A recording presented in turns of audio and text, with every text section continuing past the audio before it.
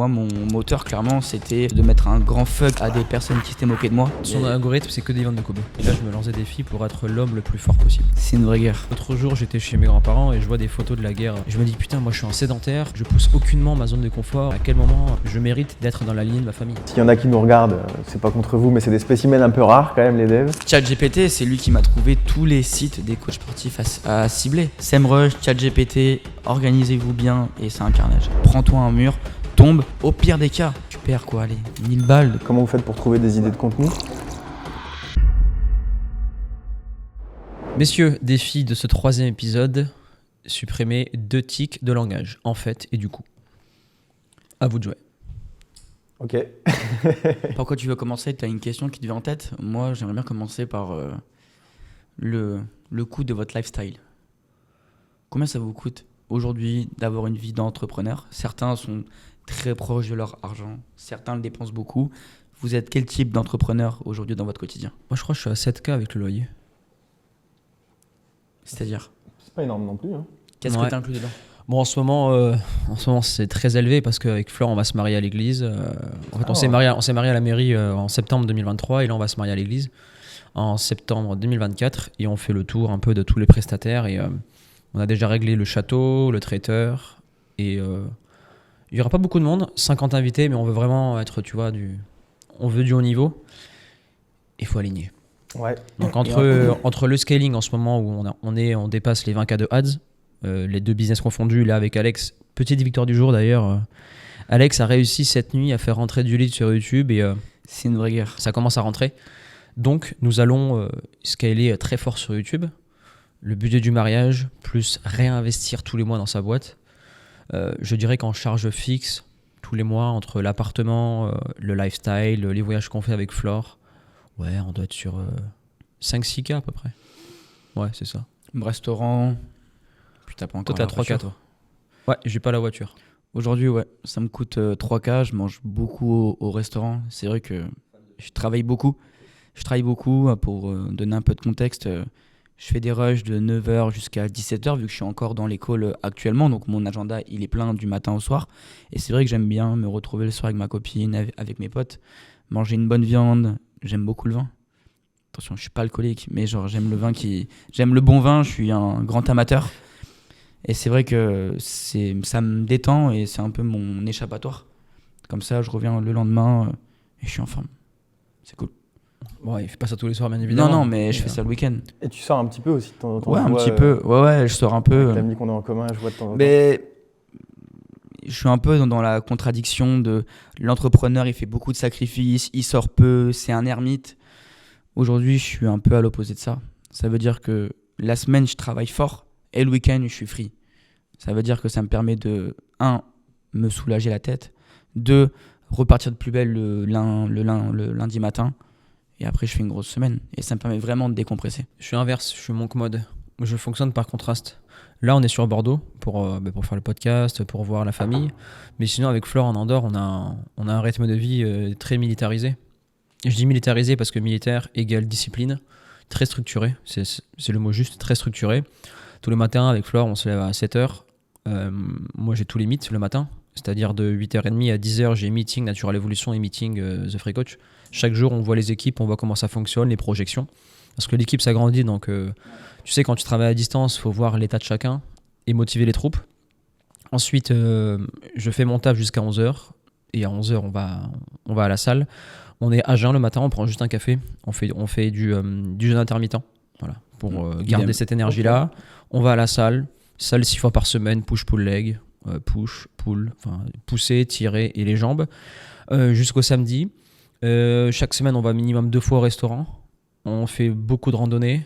Moi, j'ai fait une marche après manger tous les jours. En Andorre, tu sais, c'est magnifique avec les montagnes, etc.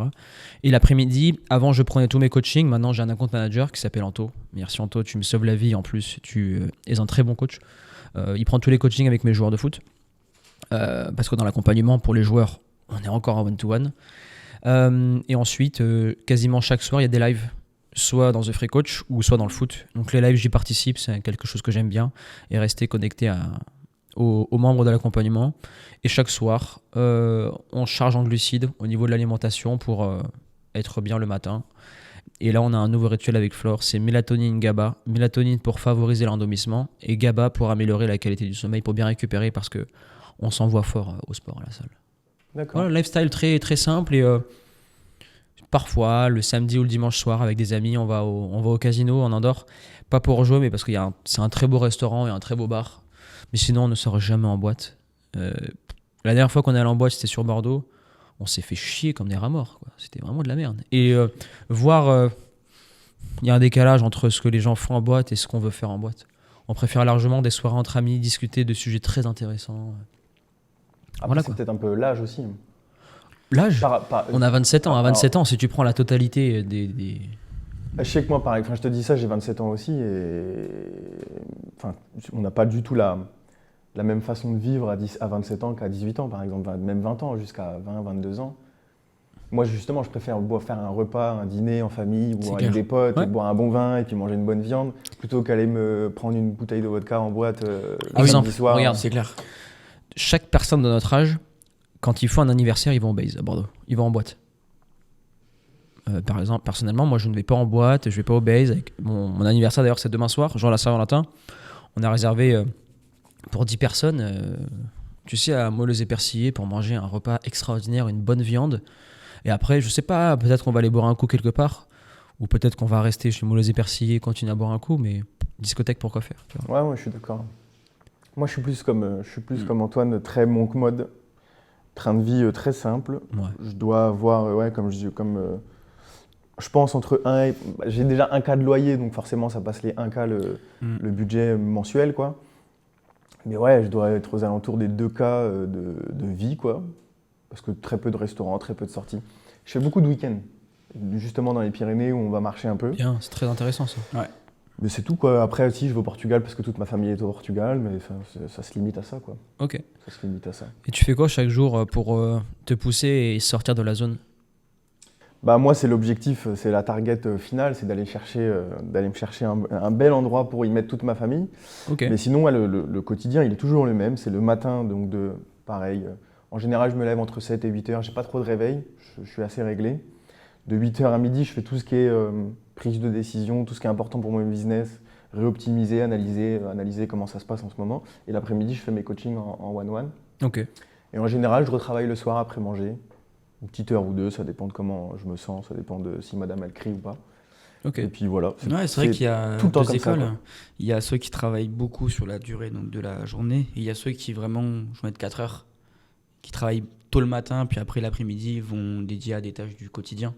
Antoine, t'as beaucoup fait ça pendant une période. Ouais, maintenant, je suis dans la préparation du fait d'être père. Et là, je me lance des défis pour être l'homme le plus fort possible. Mentalement, incarner l'exemple le plus masculin possible. C'est-à-dire que l'autre jour, j'étais chez mes grands-parents et je vois des photos de la guerre de mon grand-père. Il me présente des photos de la guerre. Tu vois, ici, il y avait des obus. Tu vois, ici, une mine à sauter. Tu vois, ici, on partait à la chasse aux pieuvres pour les bouffer après. Et je me dis, putain, moi, je suis un sédentaire. Je pousse aucunement ma zone de confort. Et à quel moment je mérite d'être dans la lignée de ma famille. Donc, parfois, ça nous arrive avec Flore. Allez, en hiver, allez, viens, on va dans la rivière où on fait la marche. Et je me fous dans l'eau très froide pendant 5 minutes. J'ai fait aussi une vidéo sur YouTube dans la piscine. C'était Alex qui m'avait filmé, je crois. J'étais allé dans l'eau froide. Et je sais pas, on pousse des challenges à la salle avec Flore, au ski, dans les randonnées. On pousse toujours quelque chose pour renforcer et ne pas oublier que c'est bien beau de travailler sur Internet, mais faut être un homme, quoi. Ouais, je suis d'accord. Je suis d'accord, mais ça fait partie des capitaux à développer. Oui. C'est la santé, le physique, l'argent, le charisme, l'art oratoire, social, etc. exact. Le statut social. C'est clair. Ça fait partie des capitaux à développer. Ouais, lui, il devrait peut-être aller un peu plus à la salle, hein? Non, j'y allais beaucoup Parce que avant j'étais et- là. Oui, puis surtout que c'est pas une excuse, hein, mais quand on est en call de 9h jusqu'à 18h C'est une le excuse. soir. C'est une excuse parce que dans ton emploi du temps, tu peux bloquer 1h30 pour aller à la salle. Et si tu vas à la salle, tu seras en meilleure posture, tu auras plus d'énergie et je suis sûr que tu seras meilleur en close. Regarde, il y a des mecs qui travaillent comme des grands malades, mais ils trouvent toujours de manière non négociable des heures pour aller à la salle. Et ça t'aidera. Mais il s'en bat les couilles, tu vois. Non. Il est en mode Non, focus, moi, focus, je focus. suis en mode charbon. Tant que je sors pas de l'opérationnel, le sport, ça passe. La santé, c'est hyper important. Je fais attention à moi, même beaucoup. Mais je trouverai pas du temps pour ce qui m'importe tant que je serai pas sorti de l'opérationnel. Tant que quelqu'un sera pas à ma place et que j'aurai l'esprit tranquille pour m'occuper des choses secondaires pour moi. Pour moi, c'est l'inverse. Si t'as pas. Les gens disent esprit sain dans un corps sain, pour moi, c'est le corps. C'est-à-dire que quand je suis pas bien, je me dis j'irai à la salle où je ferai du sport quand je serai bien dans ma tête. Mais je ne suis pas bien dans ma tête parce que je ne vais pas à la salle où je ne fais pas de sport. Et chaque jour, de manière non négociable, même si j'ai un jour de merde, même si je suis débordé de travail, nous devons, avec Flore, chaque jour, trouver un temps pour nous, soit pour marcher. Quand je marche, c'est là où je trouve mes meilleures punchlines, mes meilleures créations de contenu. C'est là où je partage et j'alimente toutes mes stories. C'est là où j'ai des idées qui viennent à implémenter. Et c'est une obligation. Et du coup, est-ce que maintenant tu le fais pas, typiquement marcher? Est-ce que tu le fais pas aussi pour aller chercher des idées? Enfin, est-ce que tu le fais pas pour travailler finalement? Tu vois ce que je veux dire? Je le fais, marcher, je le fais parce que c'est un besoin et je dois absolument sortir de chez moi une fois par jour. Au-delà de la salle, qu'il pleuve, qu'il neige en Andorre ou qu'il fasse très froid, c'est une obligation d'aller marcher. Écouter soit un podcast que j'ai envie d'écouter. Ce que je fais généralement, c'est que je mets toujours Hans Zimmer, The Dark Knight, Batman, Time de Interstellar. Classique. Il y a aussi Now We Are Free de Gladiator. Et j'écoute. Et je fais un travail. Tu vois le vision board? Le Vision board. Ouais. C'est dans ton bureau, tu mets je veux faire 1K, enfin je veux faire 1 million, je veux ressembler à X, etc. Moi j'ai un vision board et je me le répète tous les jours. Et je regarde la montagne et je me dis, je suis en bas, mais chaque jour je grimpe et je travaille pour. Et je suis dans une visualisation la plus totale. Mais je vis mes visualisations, mes scénarios de vie. C'est clair. Et des choses pourquoi je travaille. Et à chaque fois quand je marche, je me dis je suis en processus, je suis en chemin. Et mon taux d'énergie monte pour être bon l'après-midi et faire des actions qui rapportent vraiment en termes d'impact, mais aussi de revenus. Et non, la marche, trop puissant. En Andorre, le paysage est magnifique. Faudrait que je te montre en story. T'as les montagnes face à toi, l'air est pur, le petit bruit du ruisseau qui passe à côté. C'est un cheat code. Hein. Ouais, je suis d'accord. Parce qu'à Bordeaux, tu vois, typiquement. Bordeaux, typiquement, c'est soit t'aimes pas. Et c'est vrai que quand tu goûtes au calme et qu'il y a en Andorre, c'est ouf. Franchement. T'avais une question Est-ce que t'avais noté des questions Ouais, j'ai noté des questions et j'en avais une, mais c'est pareil, on est encore sorti de la tête. La prochaine fois, il faut qu'on ramène un bloc-notes. Je te jure, où tu prends ton téléphone et tu notes, parce qu'à chaque fois, on oublie. Moi, j'en avais une par rapport à la vengeance. Ouais. C'est-à-dire qu'aujourd'hui... Avant qu'on passe sur la vengeance, j'aurais aimé savoir c'est quoi ton vision board, Antoine? Mon vision board, moi, c'est Tommy Shelby pour la dynastie de la famille. D'ailleurs, qu'est-ce qui se passe là? Regarde, qu'est-ce qu'il y a? C'est quoi ça? Fond d'écran à Tommy. C'est 4 enfants, la famille, et c'est plusieurs millions sur le vision board. En patrimoine? Non, en argent pur et dur. Ouais, en cash flow. En Cash cash sitting. Il y a Tommy, je réfléchis, ce qu'il y a d'autres dans mon vision board. Il y a Tommy, Jason Statham que j'aime beaucoup. Mais il y a vraiment tout ce qui est leader, famille, valeurs, argent, dynastie. C'est ça mon vision board chaque jour. Et en ce moment là, je recentre vraiment sur famille. Et toi? Hyper important. Moi, c'est pareil, c'est toujours là en rapport avec ce. Portugal. Tu vois, le mot dynastie, moi, j'adore ça. C'est très en rapport avec ce truc que j'ai envie de créer au Portugal. Et mon père, comme un bon Portugais, il est maçon. Enfin, il a été maçon, parce qu'il ne l'est plus aujourd'hui. Il est à la retraite. Mais donc, il est très bricoleur. Ma mère, elle a ses petites activités aussi d'indépendante où elle fait un petit peu de déco pour les mariages, des trucs comme ça, tu vois. Ok. Même si à la base, elle a son CDI à temps plein, mais elle a ses petites passions. Et enfin, ils ont tous un peu leur petite passion dans ma famille. J'ai un grand frère qui, pareil, fait un peu de musique et tout ça. Et je vois bien un espèce de domaine où chacun a son endroit pour travailler, pour être créatif et tout. Ok. Et faire une grosse maison où on a tous notre endroit. Moi, typiquement, j'aurai mon beau bureau avec mon beau setup, mes caméras, les lumières, les ceci, les cela.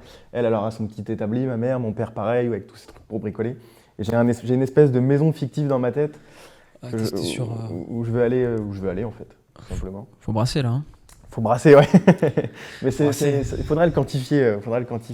Ton vision board aussi dépend de ton algorithme Instagram. Hein. Si tu vas dans ton Explorer, moi dans mon Explorer, j'ai Tommy, j'ai que des Porsche, j'ai beaucoup de All Money. Tu vois ce que c'est la All Money? Non. C'est italien. Si tu préfères. comment l'expliquer Pas là, très c'est années 20, années 30, c'est une classe sociale très élevée, c'est la classe, c'est la subtilité.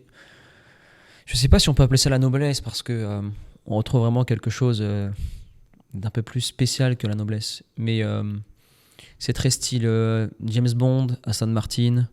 Le béret, le cigare. Ouais, on va dire les valeurs patriarcales. Tu sais, c'est très ancien, des valeurs auxquelles je me retrouve, tu vois, et auxquelles je veux suivre, malgré ce qu'on essaie de m'imposer. Dans ce pays, c'est pour ça que je n'y suis plus. Et toi, Alex? Mon vision board. C'est de la vente de Kobe, lui. Ouais. La quoi? La viande de Kobe? Son algorithme, c'est que des ventes de Kobe. Non, Ouais. mais je suis très viandard, comme je te l'ai dit avant. J'aime les bonnes choses et c'est vrai que le fait de gagner mieux ma vie, ça m'a permis d'accéder à des choses que je voulais. Une belle voiture, des belles montres, un peu cliché, mais c'est la vérité. Puis on se rend compte que maintenant que je les ai, je me bats plus pour ça. Je me bats pour voyager plus, je me bats pour faire plus plaisir à ma famille, faire plus plaisir à mes proches. Ma première target, quand j'ai gagné mon argent, c'était d'avoir une belle caisse, des belles montres, des belles sapes. Et au final, je me suis rendu compte que c'était pas ça qui me rendait heureux. C'était plus d'avoir de la sécurité, de pas manquer et d'être en mesure de recréer de l'argent tous les mois. Et je suis pas celui qui va vraiment coffrer énormément. Je réinvestis beaucoup, mais j'aime aussi dépenser parce que ça me fait plaisir. Et c'est vrai qu'une fois que j'ai dépensé dans les choses entre guillemets classiques, une fois qu'on a de l'argent, bah c'est bon, on a fait le tour et je me suis rendu compte que je me battais plus pour ça. Donc mon vision board, c'est avant tout pour mon business, pour aussi construire de la stabilité émotionnelle et dans ma famille. Et c'est avant tout business, ouais. Business, équilibre vie personnelle et équilibre professionnel avec la famille, vu qu'on travaille ensemble, et construire vraiment une vraie société où on a recruté de bonnes personnes en qui on peut avoir confiance. Et c'est vraiment ça, Ouais. dans son intégralité, quoi. Ok. Et c'est marrant parce que moi, mon feed Instagram, il est très. En fait, il me sert que à faire de la veille concurrentielle. Donc il y a Ok. que des. Ouais, C'est juste blindé d'entrepreneurs, quoi. sur le côté pro, ouais. Ok, Ouais. Et puis je vais plus trop sur le perso, donc. ok.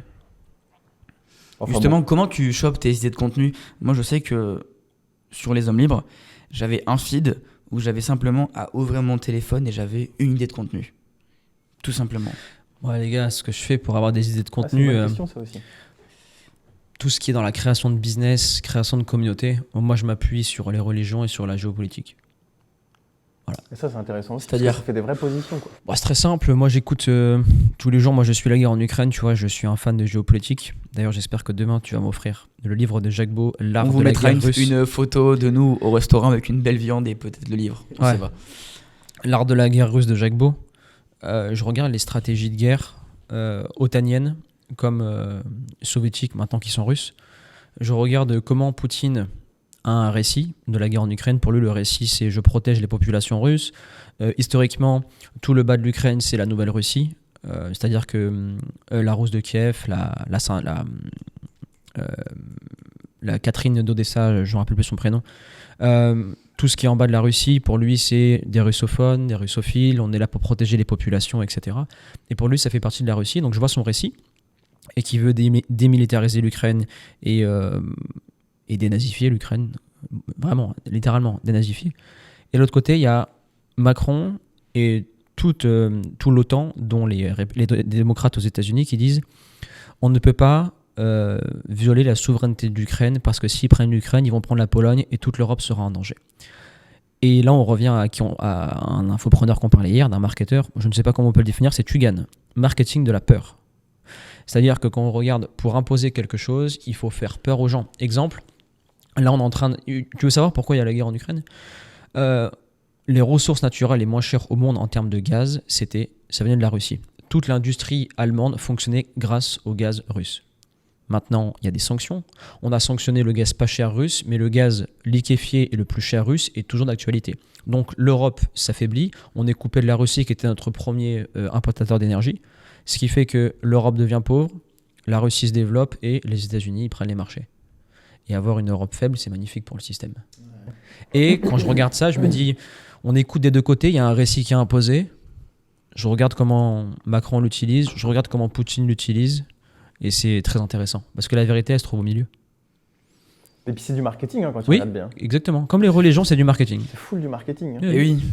de la propagande à fond, ce qu'ils font. Ouais, mais c'est très intéressant et quelque part, quand tu fais du marketing et quand tu as une société, je confirme, on connaît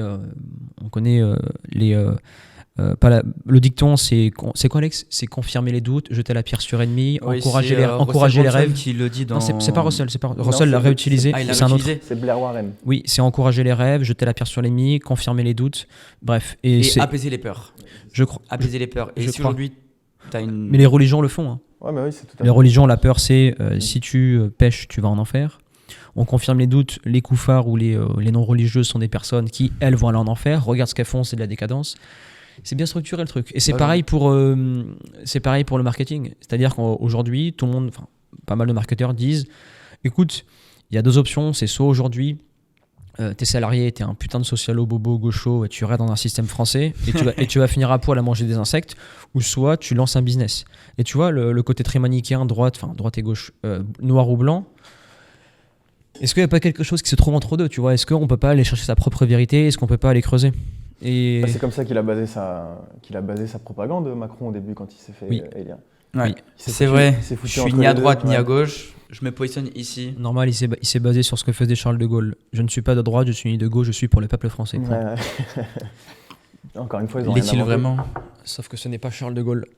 Mais oui, voilà, j'ai fait une petite digression là-dessus sur la guerre en Ukraine qui me fascine et je regarde beaucoup la géopolitique pour comprendre les intérêts et je la regarde aussi. Et avec Flore, on en parle beaucoup pour savoir si un jour ça foire, où est-ce qu'on se barre. Ouais. Par C'est exemple, aussi ça, le fait d'être libre. la France. On parlait Être mobile géographiquement. on parlait de l'expatriation à Cher. Putain. J'ai parlé en espagnol hier. On parlait de l'expatriation hier. Une raison pour laquelle aussi l'expatriation en France était une question vitale pour moi, c'est que le droit de propriété n'existe plus. Pour deux choses. La première, c'est que si un migrant vient chez toi, il reste X heures, il change 72 heures, je crois que c'est pas beaucoup Voilà. en plus. 72, Ouais, je t'imagines? crois que c'est 72 heures. de un, t'es niqué. Et C'est deuxièmement, vraiment pas beaucoup. hein. quand tu vois que j'ai un ami russe, hein, il a un compte en banque en France, il a le passeport russo-français, franco-russe, il s'est fait sucrer son compte. Comme ça. Là, dû aux actualités. Oui. Ouais. Il y a la guerre en Ukraine, donc si tu es russe, tu ne peux pas participer aux Jeux Olympiques, tu ne peux pas avoir de compte en banque. Et on voit tous les yachts des oligarques, on voit toutes les maisons qui se font sauter. Et même, j'avais vu un soutien à Éric Zemmour qui avait aidé Éric Zemmour durant sa campagne présidentielle. Il avait fait un don. Il s'est fait sucrer ses comptes aussi. Si tu n'es pas dans le récit global français, tu te fais directement sucrer. Et moi, je sais que par rapport à mes idéaux et par rapport aux valeurs que je prône, c'est-à-dire la famille, quelque chose de très conservateur, je sais que ça ne matche complètement pas avec le système français. Non, mais Donc, c'est clair. en pensant ainsi, je sais qu'au bout d'un moment, je vais finir perdant, tu vois. Donc, je vais aller dans un pays qui m'accepte, un pays qui me fait pas chier là-dessus. Ouais, pour revenir à la question initiale, c'était comment vous faites pour trouver des idées de contenu? Donc, je m'inspire de ça. Ouais, du coup, c'est ça. Ouais. Mais trouver des idées de contenu. J'aime beaucoup le livre Still Like an Artist de Austin Kleon, si je me trompe pas. Et il dit qu'aujourd'hui, il ne faut pas réinventer la roue. Un créateur de contenu, son rôle, c'est de transformer une idée de 100 façons différentes. Et donc finalement, si tu as une idée qui marche bien aux US, adapte-la en France. Tout le monde pense qu'il faut avoir l'idée magique qui va percer. Regarde. Mais si tu regardes sur Instagram, tout le monde se copie, mais tout le monde le fait à sa sauce. Et ça marche. Et c'est comme lancer un business. On ne va pas réinventer la roue. Je pense qu'il faut simplement prendre un système qui marche, tu le mets à ta sauce, avec ta brand. Sauf qu'il y a une variable, c'est que tu dois incarner ce que tu... Exactement. Incarner ce que tu transmets, ce que tu enseignes. Exemple, pourquoi nous, les préparateurs physiques, les coachs sportifs, depuis 2018, on voit un Français le faire, on se dit ok, ça fonctionne. Brandon Carter, je crois, c'est celui qui génère le plus d'argent, le plus de cash flow avec les personal trainers aux States. Ouais, il est suivi par Brian O'Connor. Exactement, sur YouTube Ads. Ouais. 200K YouTube Ads, sortis en collecté 600K. C'est monstrueux. Mais ça, tu vois, c'est la target. Nous sommes partis sur YouTube Ads. Ouais. Voilà. Et ça revient toujours, on en parlait lors du podcast d'hier, que bien s'entourer, c'est hyper important. Antoine, du fait qu'il soit expatrié, il a rencontré une personne qui aujourd'hui m'accompagne sur les ads. Ouais. Et il en met 50, on a créé notre propre chance. C'est-à-dire que si aujourd'hui Antoine n'était pas parti en Andorre, peut-être que cette personne-là, on ne l'aurait jamais rencontrée. En Andorre, j'ai rencontré carrément quoi ? J'ai rencontré des des brokers qui peuvent te permettre de faire rentrer de l'argent, sortir de l'argent des pays que tu veux, ouvrir des comptes à Singapour si tu as X euros sur le compte. Là, tu rentres Toutes les vraiment relations. dans un... Toutes les relations là, à un tu certain rentres niveau. dans un cercle hyper intéressant et tu te dis... Mais là, j'ai tellement d'idées qui me viennent en tête, mais la première fois qu'on a pris la classe business avec Flore pour aller sur Bali l'année dernière, j'ai vu la classe business, j'ai vu les hôtels 5 étoiles, j'ai vu tout ce monde et je me disais, il y a des gens qui ont de l'argent quand même. Ouais, c'est cool. On nous vend, etc., que c'est pauvre, etc. Mais je me dis, mais quand même, il y a des gens qui ont de l'argent, mais ils ne le montrent pas et tu le vois concrètement dans ces choses-là. Et ça me pousse à une question, ça va vous faire vraiment travailler, les gars, par rapport au fait de réussir, que ce soit sur Internet ou businessment parlant. Pour moi, il y a deux choses. C'est de se focus sur un projet pendant plus d'1 an. Et deuxièmement, nous avons tous l'obligation de nous planter à un moment. Et j'en parlais avec une personne qui comptait beaucoup pour moi. À l'époque, on se voyait tous les jours, on passait notre vie ensemble avec cette personne. Et dans la voiture, le soir, on se disait, je pense que c'est pas le moment. Le destin ne veut pas qu'on réussisse. Et tu sais, tu fais dropshipping. Moi aussi, j'ai fait du e-commerce, je me suis foiré. J'ai testé plein de business, je me suis foiré. Mais tu es obligé de prendre un mur pour derrière te dire, ok, j'ai passé la sélection naturelle. Maintenant, Exactement. je me focus sur un projet et je cartonne tout.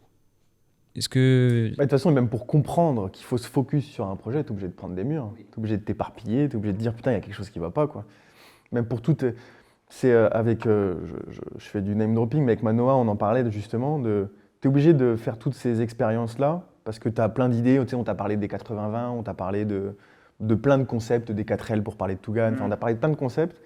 Mais si tu les fais pas, donc si tu te prends pas des murs, parce que quand tu vas les faire la première fois, tu vas forcément te prendre un mur. Si tu les fais pas, tu peux pas les comprendre, les conceptualiser, les mettre en action, quoi. Parce que tu les entends, tu sais à peu près ce que ça veut dire, mais tu sais pas ce que ça donne dans le réel, dans la vraie vie, comme le 80-20, tu vois. Et donc pour dire tout ça, je dis ça pour dire qu'il faut prendre un mur pour comprendre tout ce qu'on entend sur Internet, en fait. Je fais un petit rapport au closing et à la psychologie. Beaucoup de personnes me disent en call, j'ai peur, je comprends pas. Et c'est normal parce que tant que t'es pas de l'autre côté de la cascade et tant que t'as pas essayé, tu peux pas savoir ce que ça fait. Et t'auras beau te faire dans ta tête une réflexion parfaite, une image de à quoi ça pourrait ressembler, faut que tu testes, faut itérer. Et derrière, tu pourras savoir si oui ou non ça marche. Donc, prends-toi un mur, tombe. Et au pire des cas, on l'a dit hier, tu veux qu'il t'arrive quoi? Tu as perdu une jambe? Non. Ta santé, elle va s'empirer? Non. Au pire des cas, tu perds quoi? Allez, 1000 balles quand que tu as investi en toi. Mais au moins, tu es décidé, tu es fixé et tu peux passer à autre chose directement derrière. C'était la grande Catherine qu'elle s'appelait. Excusez-moi les gars, la grande Catherine, la fondatrice russe d'Odessa qui était mariée, je crois, à un Français. Bref, c'était un problème. Et en parlant de ça, c'est quoi votre plus gros échec? Il y a certains moments, mais justement, en parlant d'échec, il y a des moments où quand tu es dans l'échec, tu te dis, est-ce que c'est vraiment fait pour moi? Est-ce qu'on continue? Parfois, tu as l'impression que le destin, il veut pas te mettre en avant. Exemple, YouTube. Hier, on parlait YouTube. 6 mois que j'essaie de les faire marcher. 6 mois qu'il essaie de faire marcher. J'ai cramé plus de entre 5 et 10K. Et exact. Franchement, j'aurais pu abandonner 1000 fois, mais j'ai testé plus de 35 URL différents, 35 ciblages différents. C'était quoi la faille? Parce que hier, tu en as parlé avec Joseph. La faille, c'est que déjà, il y avait deux choses. La première, c'est que petit tips, quand on est sur YouTube, c'est très compliqué à faire marcher, mais une fois que ça marche, c'est très très stable et c'est merveilleux. Ce que j'ai fait, c'est qu'avant, je ciblais tout et n'importe quoi. Comme Facebook, tu peux targeter, t'envoies du broad et ça marche. Tu peux tester des intérêts, ça va forcément marcher. Sur YouTube, il faut vraiment faire une veille qui est très très poussée sur les URL, sur les comportements d'achat, les utilisateurs. sur comment les coachs sportifs utilisent Google, parce que Google, tout le monde l'utilise au quotidien et il va te trouver les gens que tu veux. Et c'est chaud parce que tu sur veux cibler. Le mot coach sportif, tu as à la fois le client qui cherche un coach sportif et le coach sportif. Ah, ouais, donc vrai. il fallait cibler des URL précis où les coachs sportifs étaient. Et là, c'était une vraie veille, plus de 30 sites différents, plus de 30 mots-clés différents. Bref, au final, j'ai trouvé. Et franchement, c'est cool. Donc là, on attend de voir si les tests ils sont concluants pour après scaler. Parce que à défaut de Facebook, on en parlait en off, sur Facebook, tu as un temps d'apprentissage où il faut laisser le pixel se réchauffer et tu peux pas scaler ton budget de 100 à 1000 sans que ta croissance elle se casse la gueule. Alors que sur YouTube, tu peux mettre 100, 2000, ça va tenir la route. Et à un moment donné, tu as une taille de marché où on sait que nos amis, on préfère pas les citer pour garder leur anonymat. Eux, ils peuvent pas dépasser les 2K par jour. Parfois 2K 3, sinon... Les humains aussi. Ça pète. De un, Ah ça ouais. pète en termes d'optimisation. Et deuxièmement, aussi derrière, ils ont 3 closers. D'accord. Ils ok. peuvent pas assurer le closing. Donc, Et là, ils ont rajouté le setting, ils vont cartonner. Ça va. exactement. Ils veulent taper les 1 million par mois. Ouais. Et c'est beau. Puis en fait, c'est ça la target. Aujourd'hui, nous, notre niveau d'éveil, c'est. La première target, c'était 100K par mois, ok. Et la prochaine target, c'est faire 200, 300, 500. Et on n'a aucune limite. Ça veut dire que Internet a un potentiel de scalabilité Surtout le marché qui aujourd'hui est limite infinie. C'est la taille de ton marché qui va clairement te stopper. D'où pourquoi on a lancé en Espagne pour aller chercher plus. Mais ce qu'il faut comprendre, c'est Ouais. qu'on n'a pas de limite. Et la seule limite que tu as, c'est ton imagination et la taille de ton marché. Clairement. D'ailleurs, ça me fait penser à un truc où il y en a beaucoup qui ne veulent pas se nicher parce qu'ils pensent qu'il n'y a pas beaucoup, il y a pas de volume en fait, alors que très souvent, et même C'est quand la tu grosse te niches erreur. à C'est la mort, grosse erreur. il y a un volume qui est déjà largement suffisant pour que Très tu simple. puisses, tu puisses manger. Pour avoir le ratio, plus t'es ouvert, moins t'es cher, plus t'es fermé, plus t'es cher. Exactement. Par rapport à la taille du marché, quand on prend un exemple, les salles Basic Fit, c'est les moins chères salles du monde, enfin les moins chères salles de France. Et si tu prends des niches très précises du style électrostimulation ou vraiment des tout petits studios de transformation physique, là on est vraiment sur un truc vraiment très cher ou très accompagné, très poussé quoi. Mais pour revenir à l'échec et ce qu'on disait avant, il faut vraiment se prendre un mur vite. Et je pense que c'est la sélection aussi. Ouais, mais les gens ils me cassent les couilles. Moi je vais pas te mentir, ils sont vraiment fragiles, ils me cassent les burnes. Non mais sérieusement. Mais on en parlait hier. Le mindset, pas mindset, douche froide, etc. Arrêtez de casser les couilles. Et par chance, j'ai fait du sport de haut niveau et Alex aussi en a fait. Lui, c'était ping-pong et tennis. Moi, c'était football. Et en vrai, tu prends des branlées, tu travailles, t'avances, t'es entrepreneur. Tu te relèves. Ça arrive, arrête de pleurer, arrête de faire l'âme sensible. C'est le jeu. Ah, ça, c'est un Si bon tu peux payer le comparatif. prix, on y va, arrête. Voilà. C'est un bon comparatif de faire ça au sport. Oui, oui. Puis au Tu te lances dans le tennis, parce que j'ai fait aussi beaucoup de tennis. Tu te Ouais. lances dans le tennis, si tu as envie de devenir bon, faut se faire battre en match. Si tu as envie de devenir bon, faut aller à tous les entraînements. Exactement. C'est exactement la même chose. Les quoi. Le sport et l'entrepreneuriat, c'est étroitement lié. L'échec, c'est notre meilleur ami. Tu sais que tous les jours, avec Alex, on se prend des murs, il rate des appels en close, on n'arrive pas à répondre à. Parfois, on n'arrive pas à closer. L'échec, on l'a connu sur des publicités, sur des recrutements humains, sur un produit de partout. Les tout process. le temps. Et au final, c'est dis-moi combien de fois tu as échoué et je te dirai quel est ton succès. Et c'est ultra vrai parce que on sait, mais casser la gueule, mais des dizaines, voire même centaines de fois Tous les avec jours, tous les jours, il y a un coachs. échec. Et aujourd'hui, on a trouvé une optimisation où on limite vraiment le côté où on va échouer et on va se foirer. Et c'est ça aujourd'hui qui fait que on arrive à scaler fort, qu'on arrive à prendre des parts alors qu'on est arrivé il y a même pas un an et on va prendre les parts quand même après parce que on A/B teste tellement de choses. Dès qu'on a eu une idée, on teste, on confronte, ça marche pas, c'est pas grave. Le nombre de funnels qu'on a A/B test, le nombre de testing qu'on a fait, ça nous a mené à trouver une version finale qui est scalable. Mais Et la version n'est jamais finale. exactement. C'est jamais fini. Ouais, ça s'optimise tout le C'est temps. comme toi, Simon, t'es jamais fini. Tous les jours, tu deviens meilleur, ton caractère évolue. Parfois, tu peux changer complètement d'idéaux ou par rapport. Ouais, c'est clair. Si vous me permettez, je reprends le lead sur la conversation par Vas-y, rapport à vas-y. l'échec, comme Ouais. je le traite aussi un peu dans mon univers à moi. À chaque fois, ce que j'ai pour habitude de faire, c'est quand je reçois quelqu'un, c'est de lui poser la question, de me contextualiser l'échec. Est-ce que c'était au tout début de votre entreprise? Est-ce que vous avez un échec en tête comme ça qui vous vient, ou en mode c'était un vrai échec, Je pense qui soit Oui. moral ou financier, hein. Moi, je m'en fiche. Un truc Ouais. qui vous a pesé, est-ce que J'en vous ai en un avez en un en tête, tête? Ok, si vous en avez un, très bien. J'en ai 2. Ok. Est-ce que vous pouvez le situer dans le temps? Est-ce que c'était au tout début quand vous vous êtes lancé, ou est-ce que Ouais. c'était plus vers la fin? vous Alex, c'était 2021. non, 2020. 2020, sur son premier lancement, il était chez moi en Andorre, il a fait une vente. Alors attends, je vais mettre un peu de contexte. Décomposition, c'était exceptionnel à voir. Ouais, c'était vraiment. En Et en fait, plus, Ça qu'est-ce m'a que je t'avais plu dit? d'avoir- Alex, niche-toi. Il n'était pas niché, il parlait à tout le monde. Ok. première baffe, et beaucoup auraient pu abandonner. C'est vraiment là où je me suis relevé, qu'après j'ai compris qu'il fallait se nicher, j'ai sorti une offre et ça a cartonné. Mais ce qu'il faut comprendre, c'est que je crée un produit pour développer une audience sur Instagram. Tu parles à qui, Alex? Personne. Je fais un tunnel de vente, je fais les modules vidéo, je tourne, j'arrivais pas à tourner, je fais des beaux supports, je fais tout bien. Et là, je lance le product, email, Telegram, story, zéro vente. Et là, 48 heures après, une vente, En 2 et fois sans encore, frais, ouais. j'ai eu un refund derrière. Ah, Donc- en plus, putain. Donc, ça veut dire que, de un, mon frère, il se foutait de ma gueule. Et derrière, voilà, j'ai compris qu'aujourd'hui, beaucoup auraient pu abandonner là. J'ai relancé un produit et derrière, j'ai fait mes premiers 2, 3K, 5, 10K. Et là, c'est parti, mais faut tester, faut pas s'arrêter au premier mur qu'on prend. Et puis même si tu rates 2 fois, c'est pas grave, tu rates 3 fois, c'est pas grave. Il suffit simplement que tu optimises en permanence parce que tu te rapprocheras de la vérité et tu trouveras une formule qui marche pour toi. Et à ce moment-là, c'est quoi un peu la plus grosse leçon que tu as apprise avec, cet échec? Qu'il faut prévendre, de 1, qu'il faut prévendre, que 2, faut se nicher, et que 3, faut vraiment penser à un produit, pas comme toi tu le penses, mais comme le marché le veut. Ça veut dire que j'ai construit mon produit par rapport à ce que moi je voulais faire, mais pas ce que mon audience voulait. Et je l'avais pas sondé, j'avais pas vraiment fait une veille vraiment profonde, j'avais rien fait. Et donc au final, j'avais créé un produit parce que je voyais mes concurrents le faire et que ça marchait chez eux. Et au final, ça n'a pas du tout marché. Donc c'est pas parce qu'un concurrent fait les choses qu'il faut les faire. Basez-vous sur votre prospect, sur votre cible. Faites pas des longues pages sur l'avatar comme ce que vous pensez faire. Confrontez-vous vraiment au marché. Prenez des calls, parlez avec votre avatar. Et c'est là où vous allez pouvoir définir un produit qui est très très pertinent et qui va se vendre. Parce que c'est comme ça qu'on a construit les coachs.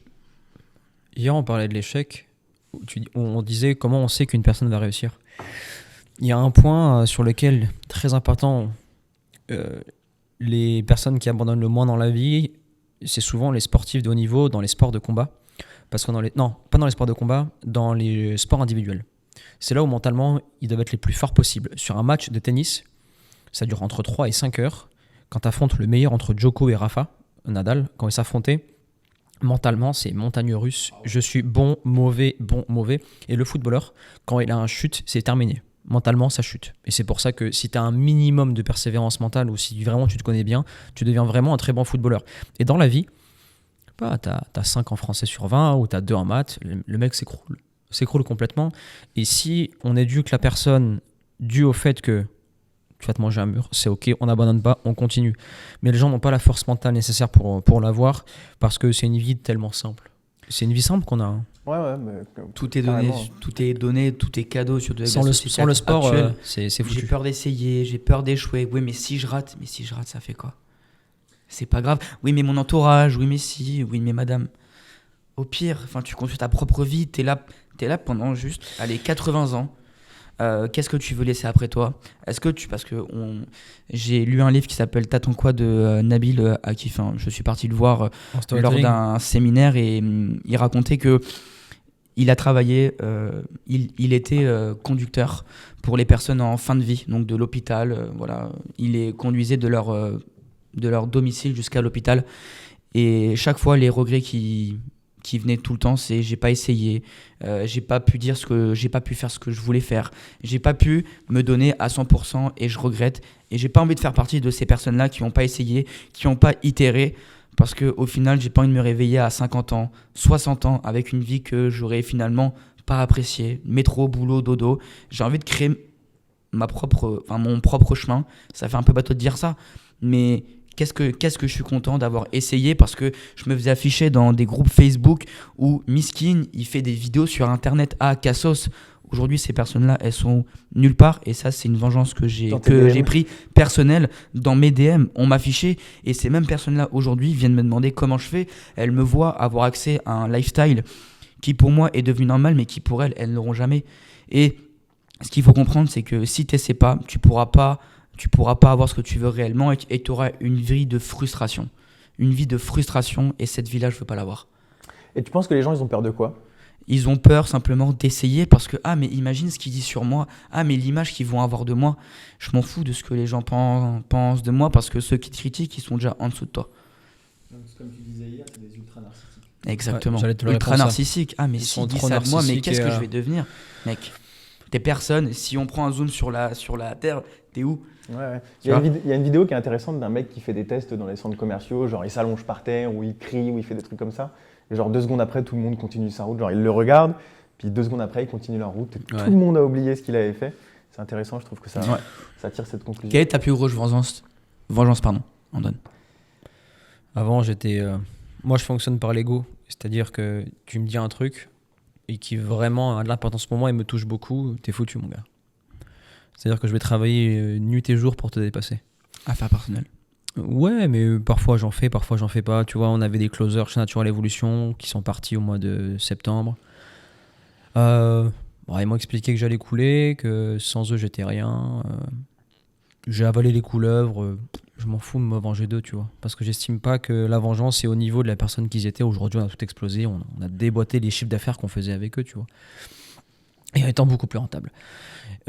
Sinon, des vengeances, j'en ai pas parce que j'estime que la vie le fera à ma place. Et la vie, peut-être que parfois, ça sera à moi de l'incarner. Moi, je pense que tu as une vengeance personnelle que tu pourrais expliquer, que tu me racontes au quotidien, et tu l'as expliqué sur Natural Evolution.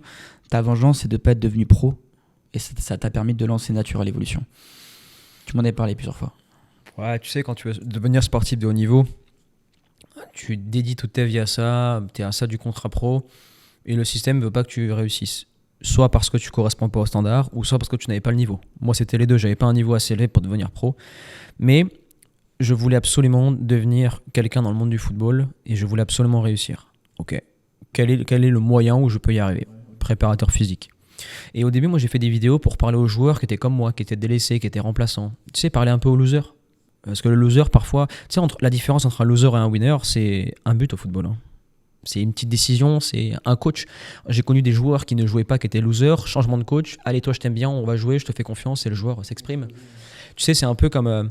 Question de chance. On peut en parler après du choix de la femme dans un entrepreneur, mais moi, j'ai choisir pas des winneuses, mais des femmes qui sont déjà à un top potentiel, c'est une défaite.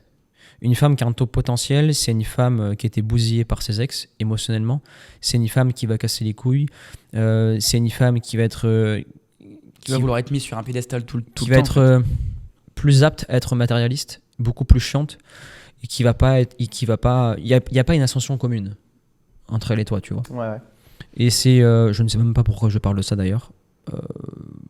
Par rapport à la construction. Mais sinon, la vengeance, non, j'en ai pas. Et même si j'en avais, je le garderais pour moi, tu vois. Est-ce que t'en as une que t'aimerais nous partager ? Une vengeance ? Ouais. Il s'en bat les couilles comme moi. Bah, en fait, non, on en parlait. Ça peut être un moteur, tu vois, mais ouais, donner du temps à quelqu'un. C'est plus un moteur qu'une vengeance. Bon, je vais pas partir dans le storytelling un peu bidon, mais bon, tu viens d'en bas. Et puis, en fait, moi, je viens d'un tout petit village, fils d'immigrés. Mon père, il est maçon, ma mère est assistante sociale. Et sauf que dans ce village-là, c'est un village dans le nord, donc de vignerons. Il n'y a que des vignerons autour de nous. Et donc, mon meilleur ami, j'ai deux grands amis avec qui j'ai grandi. Un qui est vigneron et un autre, justement, il loue des maisons à des footballeurs, des trucs comme ça. Donc, c'est des familles, des bonnes familles. Et moi, j'étais le petit portugais avec mes vélos de merde, avec mes trucs de merde. Et la vengeance, elle est plus là-dessus. C'est d'aller rechercher un niveau de vie qu'eux, ils ont toujours connu, l'offrir à mes enfants, etc. Et surtout, d'un point de vue personnel, me remettre à leur niveau presque, quoi. Te venger d'eux ? Ou d'un état ? Pas me venger d'eux, me venger de ce que j'ai pas eu, que eux, ils avaient. Alors, je suis pas jaloux, je suis pas quelqu'un de jaloux, je suis pas quelqu'un de revanchard. Mais c'est d'aller chercher ce que j'ai jamais eu, en fait, je pense, par rapport à eux. C'est pas une vengeance, c'est un manque. C'est plus un manque, ouais. Du coup, tu vois, c'est pour ça le mot mais vengeance. On a tous un moteur. Le mot vengeance, il est presque violent, en fait. Donc, et c'est ce que je dis tout le temps lorsque je fais une découverte avec mon prospect sur le call. Je cherche toujours à savoir le vrai why de la personne. Pourquoi tu te lances ? Au-delà d'avoir des clients, c'est quoi la réelle raison qui te pousse aujourd'hui à aller vouloir chercher des résultats ? Parce que quand tu seras face à un objectif, sur quoi tu vas te baser ? Sur quoi tu vas aller dans quoi tu vas puiser pour sortir la tête de l'eau et aller chercher de nouveaux résultats ? Et moi, mon moteur, clairement, c'était de mettre un grand fuck à des personnes qui s'étaient moquées de moi, clairement. Et après, je suis parti sur, ok, maintenant que ça c'est fait, mon moteur, ça va être d'emmener ma boîte le plus haut possible. Donc je pense qu'on a tous quelque chose qui nous pousse au quotidien à vouloir entreprendre, à vouloir lancer un projet, parce qu'on ne le lance pas réellement juste comme ça. On a vraiment un but et c'est dans ce moteur-là que je suis parti puiser lorsque j'ai raté mon premier produit, lorsque je me suis cassé la gueule, lorsque mes premiers réels ils étaient pourris. Je me suis dit, ok, oublie pas pourquoi tu t'es lancé. Et derrière, ça m'a permis d'être là où je suis aujourd'hui.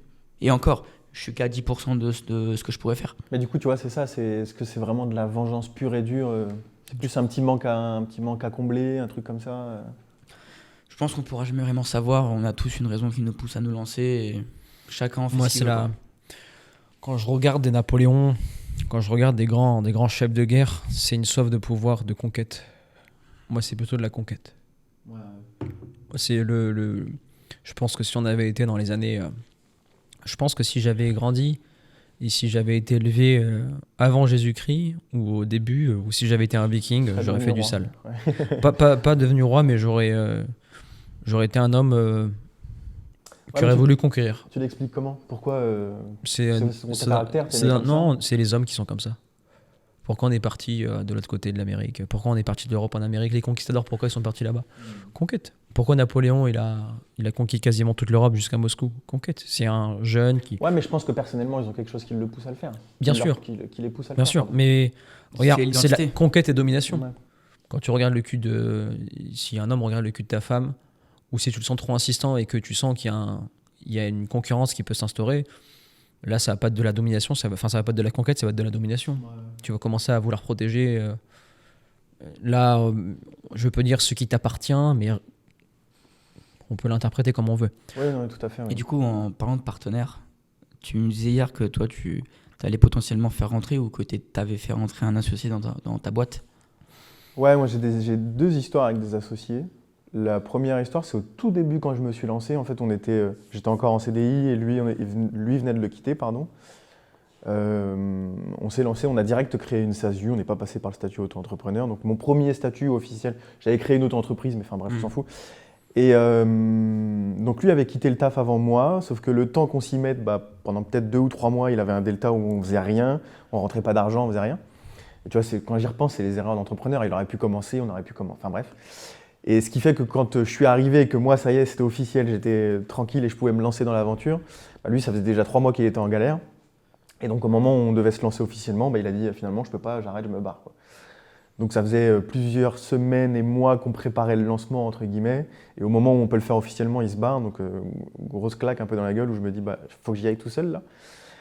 Donc ça, un peu une petite trahison, je lui en veux pas, c'est un pote à moi aujourd'hui, aucun problème. Et la deuxième, c'est là, tout récemment, là, il y a quelques mois maintenant, quand j'ai lancé mon programme dans la IAA. Moi, j'avais pas trop cette étiquette, j'ai plus cette étiquette de marketeur que de tech IA, tu vois. Et donc j'avais besoin d'une image IA, d'une image technique pour pas avoir ce syndrome de l'imposteur dans ce monde-là, quoi. Et je me suis associé avec un dev.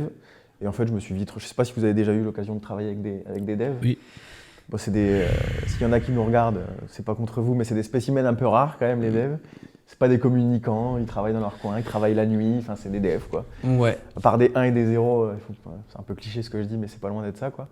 Et donc ce gars-là, en fait, il travaillait que la nuit, donc les closings, je les faisais tout seul, je faisais tout seul, les élèves, je m'en occupais tout seul. Et lui, il faisait rien, et donc au bout d'un moment, je lui ai dit, écoute, ciao, quoi, si tu fais rien, ça sert à rien que tu restes là. Et puis il m'a fait la misère, il a même parlé de moi sur les réseaux sociaux, il a fait plein de trucs, il m'a mis plein de petits coups bas pour se venger. Donc j'ai pas un très bon goût de l'association et du partenariat de manière générale. Quand c'est bien fait, c'est merveilleux. Ouais, mais quelque part, de toute façon... C'est de ta faute.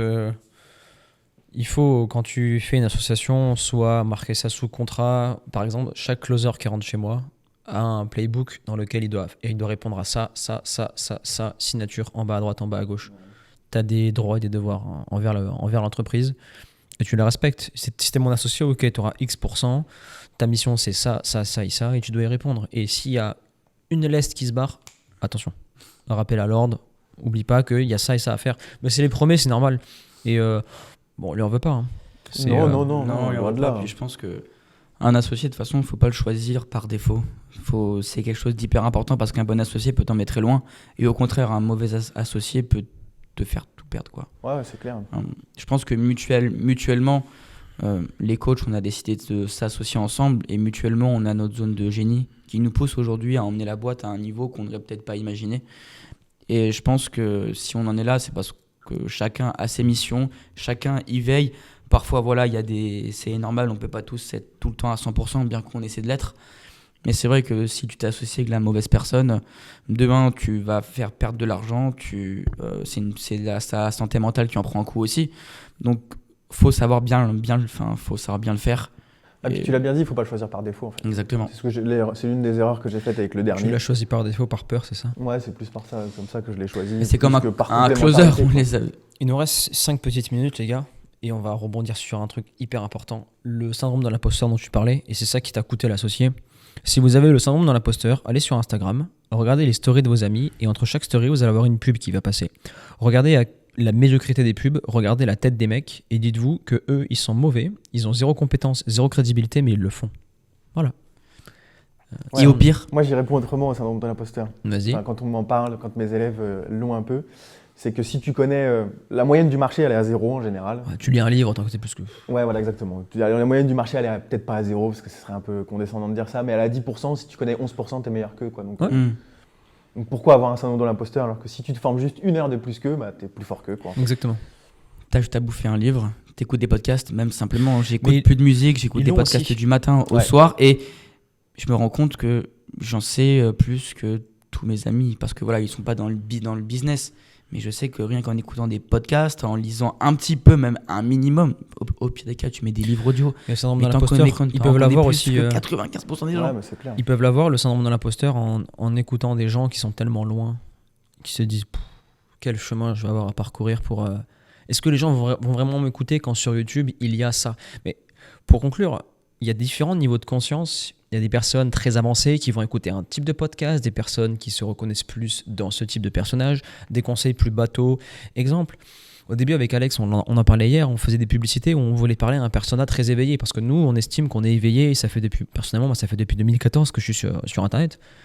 Et j'ai tellement écouté de contenu que dire niche, offre, close, tunnel de vente, pour moi, c'est une évidence. Mais je te jure que ça se compte sur les doigts d'une main ceux qui savent en France qu'il faut faire ça pour lancer un business. Ouais, ou Donc pour il faire faut fonctionner parler un business. de site web à conversion, par exemple. Mais en appel, quand je dis le mot tunnel de vente, c'est waouh, mais c'est quoi ce jargon technique? Ouais, c'est ça a l'air compliqué. compliqué. Je me dis, ton algorithme sur Instagram, Non. qu'est-ce qui te.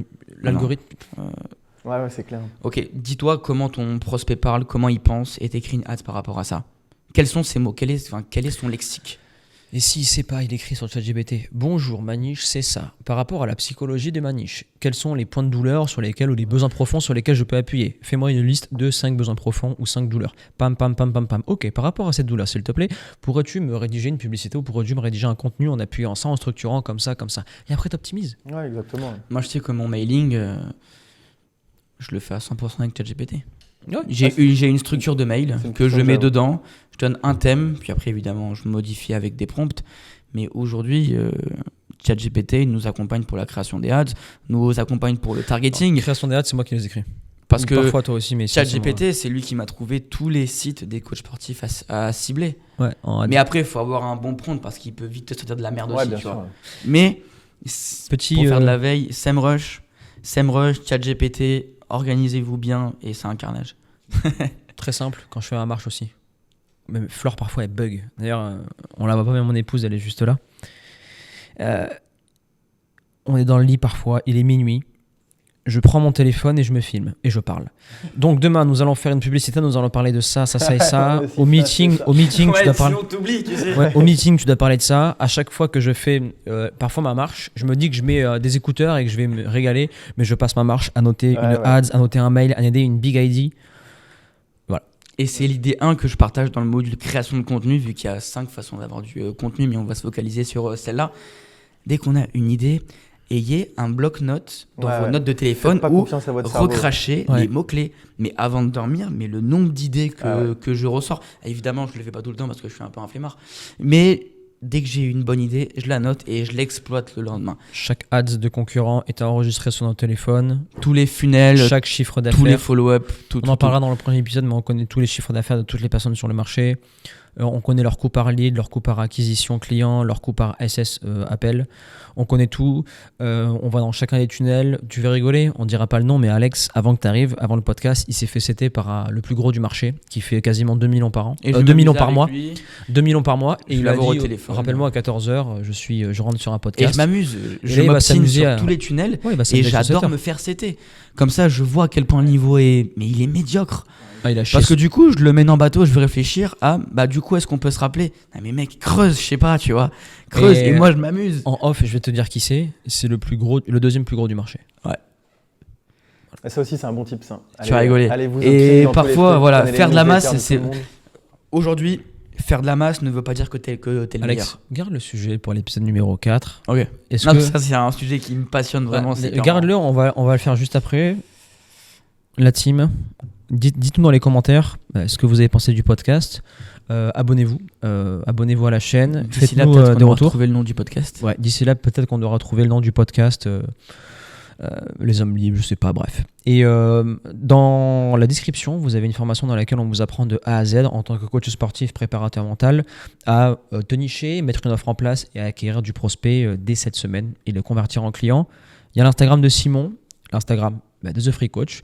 Et les gars, on se dit retrouve la semaine prochaine. ouais, la semaine prochaine pour le 4e épisode et passez une excellente journée. Ciao. Ciao les gars.